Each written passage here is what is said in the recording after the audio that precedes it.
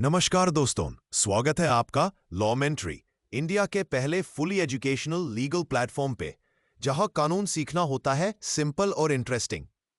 मैं हूं your name और आज हम डिस्कस करने वाले हैं एक बहुत ही इंपॉर्टेंट और students favourite administrative law doctrine, doctrine of legitimate expectation.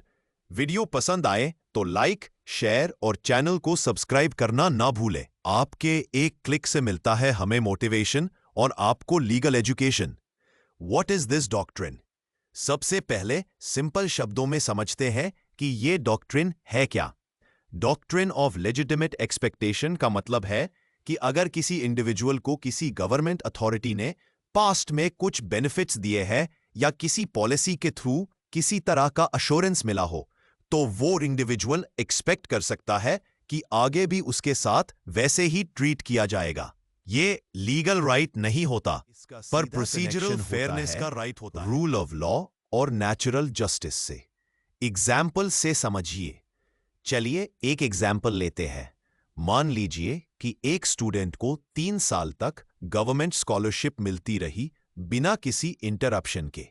4th year में बिना कोई रीजन दिए सडनली स्कॉलरशिप बंद कर दी जाती है, तो स्टूडेंट लेजिटिमेटली एक्सपेक्ट कर सकता है कि बिना सुनवाई के ऐसा नहीं होना चाहिए था।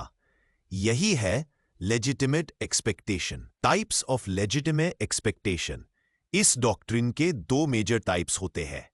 प्रोसीजरल लेजिटिमेट एक्सपेक्टेशन, जब आपसे कंसल्ट या हियरिंग का प्रॉमिस दिया गया हो before any adverse decision. Substantive legitimate expectation, जब आपको किसी एक्चुअल बेनिफिट या पॉलिसी कंटिन्यूएशन की उम्मीद हो based on consistent past practice। Key elements 245। ये डॉक्ट्रिन तब अप्लाई होता है जब पब्लिक अथॉरिटी पास्ट में कोई क्लियर रिप्रेजेंटेशन या प्रैक्टिस करती हो जिसका इंपैक्ट सिटीजन के प्रैक्टिस को बिना एक्सप्लेनेशन के विथड्रॉ किया गया हो।